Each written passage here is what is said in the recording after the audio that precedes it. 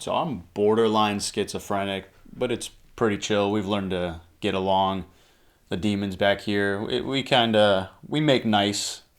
He's got his own corner over there where he chills and you know freaks me out sometimes. Sometimes he lets me have a good day. Sometimes he doesn't. We're learning to coexist together. But I do my best to make sure he doesn't have the key all the time. I got myself into this mess. I've been in psychosis for like a year, and it comes and it goes. And it sounds weird to say that it's one of the best things that's ever happened to me because it's also one of the most terrifying things that's ever happened to me. I've never had the feeling where it feels like I'm high off my ass when I'm stone cold sober. Some might have heard the whole like, oh, it feels like you're in a movie, you don't feel real. The term for that is derealization. So what this is a coping mechanism, or what I've been told, and what I came to understand about it is that like psychosis or derealization or minor forms of schizophrenia, it's a coping mechanism for your brain because you've experienced trauma or excessive depression, excessive anxiety, those sort of things. And I didn't even realize I was putting myself in a constant state of anxiety or like fight or flight mode. And when I did that so many times and left it unchecked, my brain's like, all right, you're not going to do anything about it, so I'm going to do it. And that's when the detachment came about, and I'm feeling detached for like days and days and days at a time, and it went for a whole year. That's before I started to see someone and like verbalize these things, because it's like I did everything I felt like I could in my power. I needed an expert to tell me if I was doing the right things to make these changes. Building a routine helped, disciplining myself again.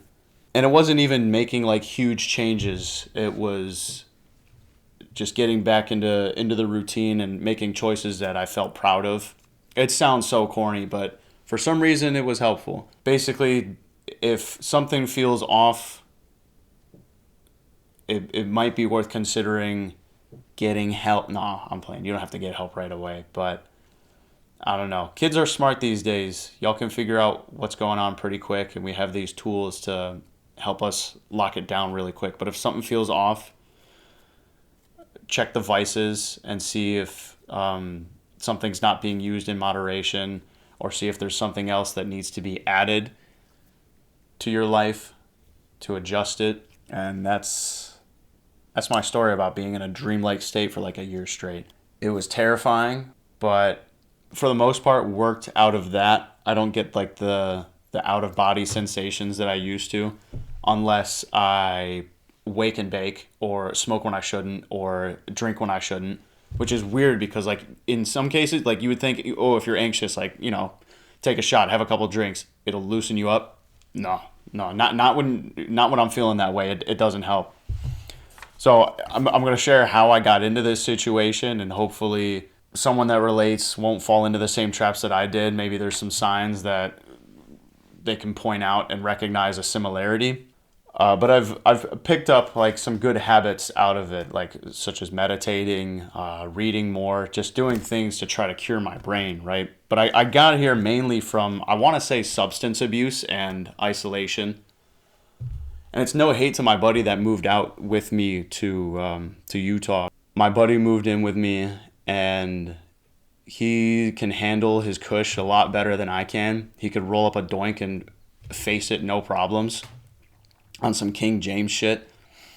Not me. I thought I could keep up, but I couldn't. The terps were too much for Unc. So it was a consistent consumption of that and isolating, because I thought that my buddy wouldn't get along with the friends that I made out there, so I was kind of like afraid to let them intermingle. And that's like not something for me to worry about. Like, he's his own person.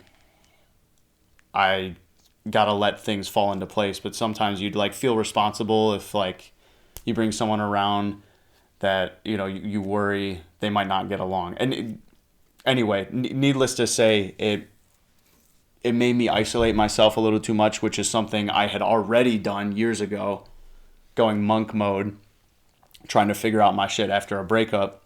And it works to an extent, and it doesn't. It works if you want to get ahead in your career, but it sacrifices your social dynamics. your friends stop inviting you to shit. You stop wanting to go out and do shit.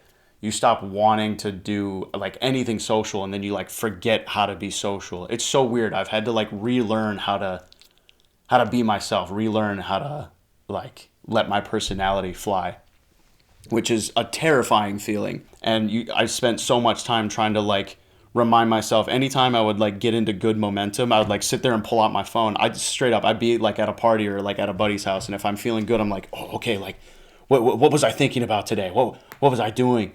Schizophrenic journaling in front of people, trying to figure out what it is that I did that day that made me feel normal, when in reality it's just that I was being more present. So like in addition to substance abuse and isolation, it was kind of like ignorance. I kind of looked the other way. I started getting panic attacks almost every day, and I didn't know what those were. I'm sitting there like not anxious about anything, but it's hard to breathe.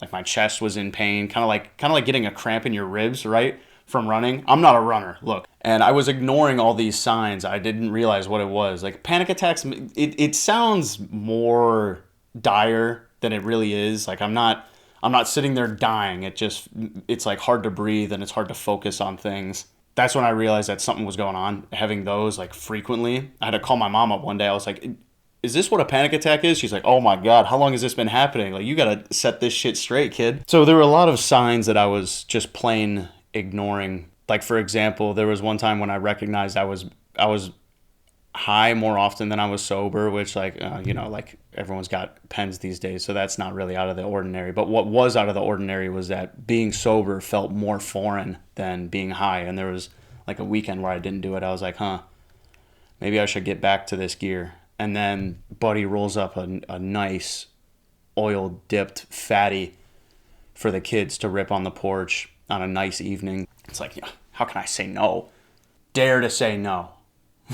It was just overuse. Moderation in all things will send ease into your life. And I was not doing moderation in all things. Forcing myself into uncomfortable situations again. Like going to talk to a girl knowing that I would fumble. But it's like feeling something was better than feeling nothing in that moment. So like, yeah, my heart rate would go up and I might start to sweat. I was like going on dates more to try to get myself out of it.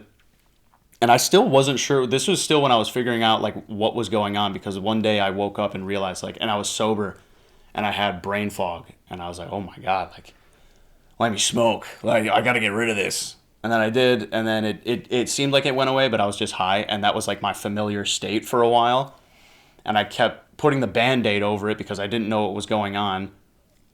And I was being ignorant to the situation. Brings me back to my main point. I was looking the other way and not taking the signs and not taking them seriously either. Doing any sort of brain healing, like expression, helps. I'm not a good dancer, but I'm trying to teach myself how to Dougie. One time, speaking out loud to myself was the biggest thing that helped. I don't know if people think I'm insane for doing that, but I'd noticed that I was able to think through things a little bit easier when I'm like talking out loud or like humming or singing. It kind of like soothes that pressure in your chest.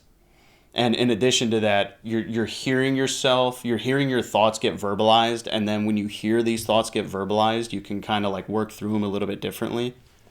It's hard to explain because we can stay in our brain all day. And it's like, if you live alone, you might know what it's like. You'll go like an entire 24 hours without saying anything. And I realized like I didn't used to do that. I could be silent for like, I was like silent for 2 days. And I was like, holy shit, I got to start saying something. Like, it doesn't matter. Make a noise.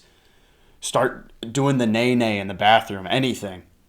Look, psychosis and derealization is a real thing. If someone's feeling not real, if someone feels like their personality is fading, you're not alone. I think we live in a state of like constant worry, and it's what it is a symptom of too much anxiety is what it came down to. I actually finally like went to talk to somebody for it, even though I don't trust therapists. I still have like I have a weird relationship with them. because I feel like, yeah, how are they going to know my brain better than me? But it turns out, they've dealt with situations on their own or with other patients that give them the tools to understand what someone is going through. And especially if a therapist dealt with something on their own, then it's like a little bit easier to relate. And you try to articulate these things, and I'm thinking I'm different. No, my case is different. I'm incurable. No one's lost. If you can build muscle from nothing, you can rebuild your brain through neuroplasticity.